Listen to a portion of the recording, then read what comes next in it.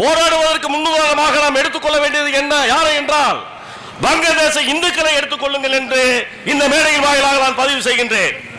சிறுபான்மை சமுதாயமாக சொல்லக்கூடிய வங்கதேசத்துடைய இந்துக்கள் அந்த நாட்டிலே எப்படி முஸ்லிம் அரசாங்கத்தை எதிர்த்து கடுமையாக போராடுகிறார்களோ அதை போல் நாம் போராட்ட களத்தில் குதிக்க வேண்டும் என்று மதுரையின் மாசற்ற நாயகியான அன்னை மீனாட்சியை வழிபட்டு இந்த உரையை துவக்குகின்றேன். நான் இருக்கக்கூடிய அகண்ட பாரத ஃபார்வர்ட் இயக்கத்துடைய முன்னோடி நிறுவனராக விளங்கக்கூடிய வீர நேதாஜியே எங்கள் தலைமை, முத்துராமலிங்க தேவர் கொள்கையே எங்கள் கொள்கை, மூக்கியா தேவர் வழியே எங்கள் வழி என்று சொல்லி ராஜபாட்ட அரசியல் நடத்தி கொண்டிருக்கக்கூடிய வெற்றியும் வீரமும் மிகுந்த ஃபார்வர்ட் சிங்கங்களின் சார்பாக இந்த மேடையிலே சனாதன தர்மத்தை காப்பதற்காக, பிராமண சமுதாயத்தினரை காப்பதற்காக ஒரு சிறப்பான கூட்டத்தை வழிநடத்தி கொண்டிருக்கக்கூடிய உலக இந்துக்களுடைய ஒப்பற்ற காவலர் அருமை சகோதரர் அர்ஜுன் சம்பத் அவர்களை வரவேற்று ஃபார்வர்ட் இயக்கத்திலே எங்களுக்கு தெரிந்த இந்து ஓம் கொடிக்கு அடுத்தபடியாக புண்ணிய கொடியாக விளங்கக்கூடிய புலிக்கொடியை ஏந்தி நிற்கக்கூடிய உலக ஃபார்வர்ட் இயக்கத்துடைய உரிமை குரலும் தமிழக ஃபார்வர்ட் இயக்கத்துடைய தங்க குரலுமாக வீட்டிருக்கக்கூடிய அன்பு சகோதர இயக்கத்தை சார்ந்த கேசி திருமாறன் அவர்களையும் வரவேற்று மற்றும் இதற்கு முன்பாக பேசிய அனைவருக்கும் வாழ்த்துக்களை தெரிவித்து அடுத்து பேசவிருக்கின்ற அனைவருக்கும் மனமார்ந்த வாழ்த்துக்களை மரபுக்காக அல்ல மனதார வாழ்த்துக்களை தெரிவித்துக் கொண்டு என்னுடைய கருத்துக்களை இங்கே பதிவு செய்ய விளைகின்றேன். பல நூற்றாண்டுகளாக இந்து சனாதன தர்மத்தை காப்பதற்காக தன்னையே அர்ப்பணித்துக் கொண்ட ஒரு சமுதாயம் தான் இந்த பிராமண சமுதாயம். அவர்கள் பூஜைகள் செய்து வேத மந்திரங்களை முழங்க வைத்து கோயில்கள் பாதுகாப்பை பல நூற்றாண்டுகளாக உறுதி செய்து கொண்டிருந்தார்கள். வேத மந்திரங்களுக்கு என்று ஒரு மிகப்பெரிய தனிசக்தி உண்டு என்பதை அனைவரும் புரிந்து கொள்ள வேண்டும். பல ஆண்டுகளுக்கு முன்பாக போபாலிலே விஷவாயு கசிவு என்று யூனியன் கார்பைட் நிறுவனத்தால் ஒரு விஷயம் நடந்தது. அங்கே போபாலிலே கொத்து கொத்தாக மனித உடல்கள் மடிந்தன.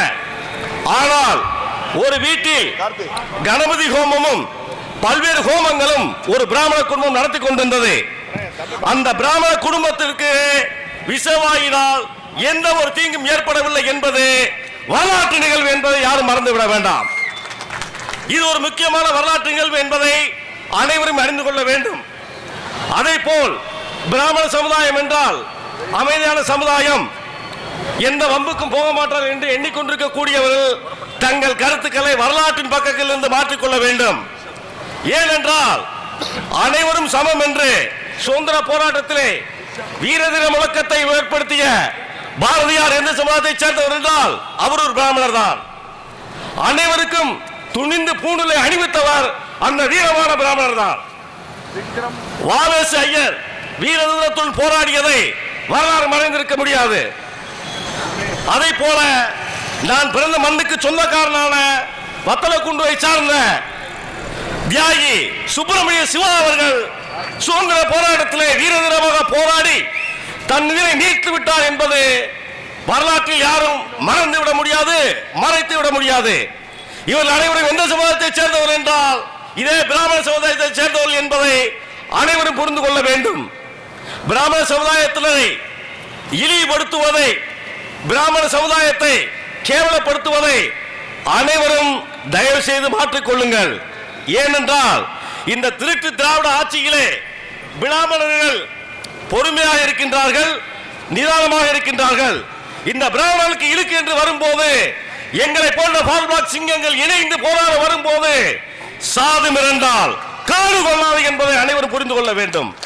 சாது மிரண்டால் காடு கொள்ளாது என்பதை அனைவரும் புரிந்து கொள்ள வேண்டும் என்று எங்கள் தானை தலைவர் முத்துராமலிங்கர் பெயரால் இங்கே அறுதியிட்டு சொல்லுகின்றேன்.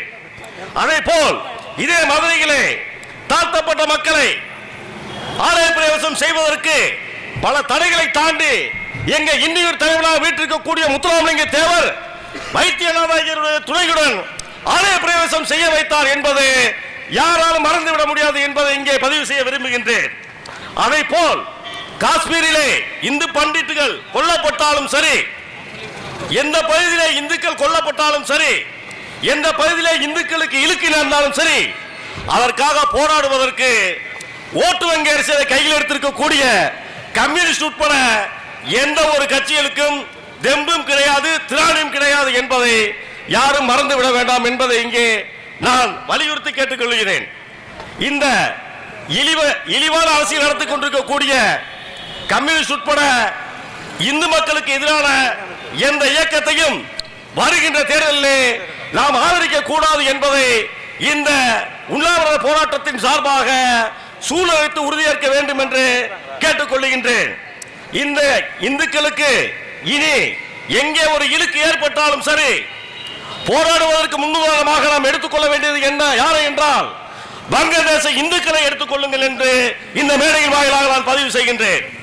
சிறுபான்மை சமுதாயமாக சொல்லக்கூடிய வங்கதேசத்துடைய இந்துக்கள் அந்த நாட்டிலே எப்படி முஸ்லிம் அரசாங்கத்தை எதிர்த்து கடுமையாக போராடுகிறார்களோ அதை போல் நாம் போராட்ட களத்தில் குதிக்க வேண்டும் என்று சொல்லி சிவாஜி கண்ட இந்து சாம்ராஜ்யத்தை அமைப்போம் என்று சொல்லி எங்களுடைய வீர தலைவர் உலக தலைவர் நேதாஜியுடைய கனவாக வீட்டிருக்கக்கூடிய அகண்ட பாரதம் அமைப்போம் என்று சொல்லி உத்தம தலைவர் முத்துராமலிங்க தேவர் அவருடைய பெயராலும் உன்னத தலைவர் மூக்கியா தேவர் அவர்கள் பெயராலும் இந்து தர்மத்தையும் சனாதன தர்மத்தையும் காக்க இன்று முதல் வலியுறுத்தி மனதை ஒளிவைப்படுத்தி ஒன்று சேர்ந்து போராட தயாராக இருப்போம் என்று சொல்லி வாய்ப்புக்கு நன்றி தெரிவித்து இந்த வாய்ப்பை எனக்கு நல்கிய காவி சொந்தங்களுக்கும் போர் பிளாக் சிங்கங்களுக்கும் மனமார்ந்த நன்றியை தெரிவித்துக் கொண்டு வாய்ப்புக்கு நன்றி தெரிவித்து விடைபெறுகின்றேன்.